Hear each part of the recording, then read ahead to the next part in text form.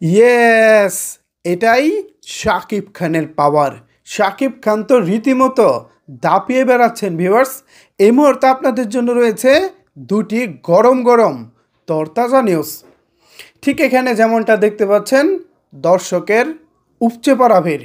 এই ঘটনাটি ঘটেছে মালয়েশিয়ায় শাকিব খানকে দেখার জন্য।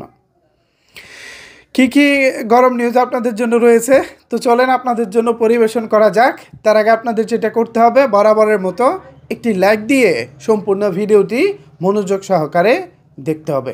আপনাদের জন্য প্রথম যে নিউজটি রয়েছে সেটি হলো দুষ্ট কোকিল। আপনারা জানেন যে শাকিব খানের তুফান সিনেমার একটি সুপারহিট গান ছিল দুষ্ট কোকিল।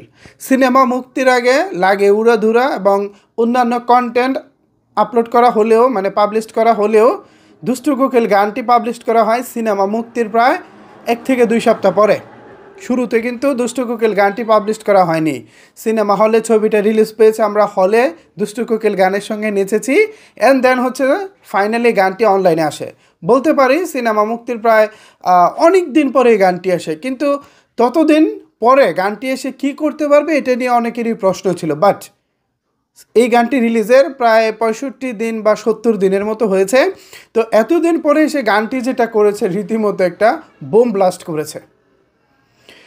গত 65 দিনে গানটি 2টি চ্যানেল থেকে ভিউজ এসেছে 200 million plus.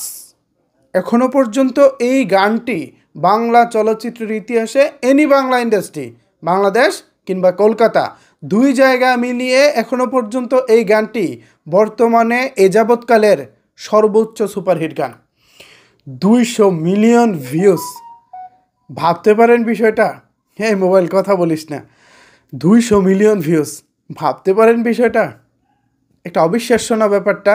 Yes, Shakib Khan থাকলে সবই সম্ভব। তিনি রীতিমতো ফ্রি হিটে ছক্কা হাঁকান। এগুলো প্রথম একটা নিউজ। আর দ্বিতীয় যে খবরটি হচ্ছে, এটা তো আরও চমক জাগে নিয়ে খবর। বাংলাদেশে তুফান মুক্তি পেয়েছে গেল কুরবানির ঈদে, এবং বর্তমানে সময়টা প্রায় তুফান মুক্তির পর প্রায় 3 মাস বেশি অতিবাহিত হতে চলেছে। ঠিক সেই সময় বিশ্বের বিভিন্ন দেশ দাপিয়ে এবার তুফান গিয়েছে মালয়েশিয়াতে। সেখানে যে ঘটনাটি ঘটেছে, সেখানে তো যারা ডিস্ট্রিবিউশন আছে, যারা তুফান সেখানে মুক্তি দিয়েছে, তারা তো রীতিমতো অবাক হয়ে গেছে। এটা কিভাবে সম্ভব? একের পর এক হাউসফুল শো উপহার দিচ্ছে মালয়েশিয়ায়।